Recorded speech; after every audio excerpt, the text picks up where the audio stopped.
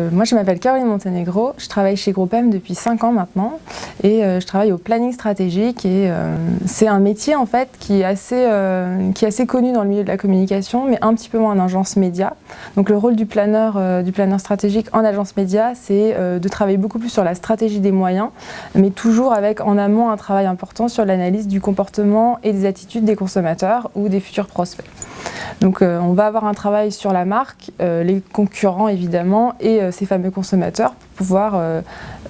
opérer une stratégie des moyens en amont du plan média. Donc ça va consister par exemple à travailler sur le phasing de communication de la marque, choisir le portfolio management, quels produits vont être mis en avant en fonction de l'objectif, de la croissance, de la fidélisation et évidemment bien sûr choisir les médias sur lesquels on va communiquer. Avec l'avènement du digital, maintenant c'est quelque chose qui est de plus en plus important, on parle voire même d'engagement planning en fait, choisir les points de contact qui vont être les plus influents en fonction des consommateurs qu'on veut toucher. Donc c'est un métier qui prend beaucoup plus d'ampleur et chez Groupem notamment la place en fait du planning stratégique est de plus en plus importante au sein de l'agence. Moi sachant que ça fait déjà 5 ans que je travaille chez Groupem,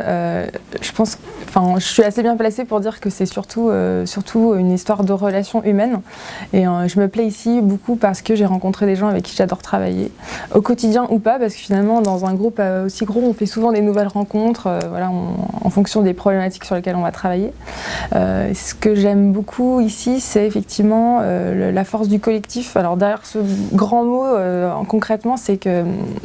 l'exemple le plus concret, ça pourrait dire si on veut aller travailler sur un nouveau sujet, un dossier sur lequel on n'a pas eu d'expérience, on n'a pas forcément une idée de comment on va avancer, c'est assez facile d'aller parler à quelqu'un avec qui on n'a jamais été en contact et d'aller simplement demander un avis, un conseil. Donc il y a une grande facilité d'abord et d'approche, autant de la part du management finalement que d'autres personnes qui ne font pas forcément notre métier. Et donc là, ce côté un peu, le côté relations humaines, mais surtout finalement transversal dans l'organisation, est vraiment quelque chose que j'apprécie beaucoup.